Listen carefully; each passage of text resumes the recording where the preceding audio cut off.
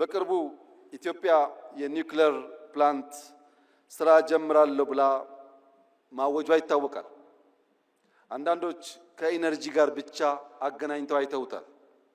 እዚህ ያላችሁ ሰዎች መገንዘብ ያለባችሁ በኒውክሌር ቴክኖሎጂ ላይ ኢትዮጵያ መስራት ስትጀምር የሕክምና ሳይንስ ያድጋል፣ ፕሪሲሽን ፋርሚንግ ያድጋል፣ የውሃ አጠቃቀም ያድጋል። አሁን የምናወጣቸው ተማሪዎች የሚመራመሩበት፣ የሚሰሩበት፣ የሚያድጉበት፣ የሚወዳደሩበት አቅም ይገነባሉ። ኢነርጂ ብቻ አይደለም።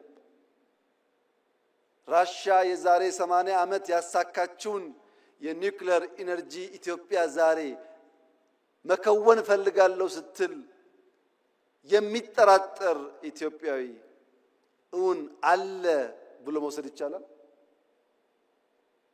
የሚንቀሳቀስ ሮቦት ካልሆነ በቀር ህሊና ያለው ሰው የዛሬ 80 ዓመት የተሞከረና የተሳካን ነገር ዛሬ ለመጀመር እንዴት ድፍረት ያጣል?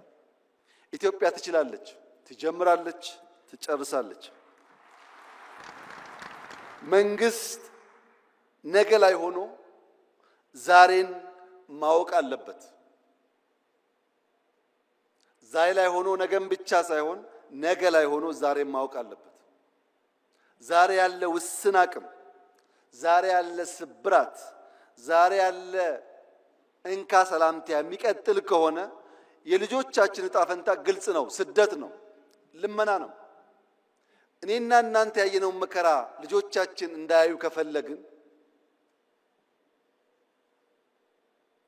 ዛሬ ላይ ሆነን ለነገ ስብራት መጠገን አለብን። አንደኛው ስብራት ትልቅ ሆነን ሳለን፣ ብቁ ሆነን ሳለን፣ ማከናወን የምንችል ሆነን ሳለን በስነ አእምሮ አንሰን መገኘታችን ነው። ይህ ስብራት መጠገን አለበት። ይህ ትውልድ መሰረት መጣል አለበት።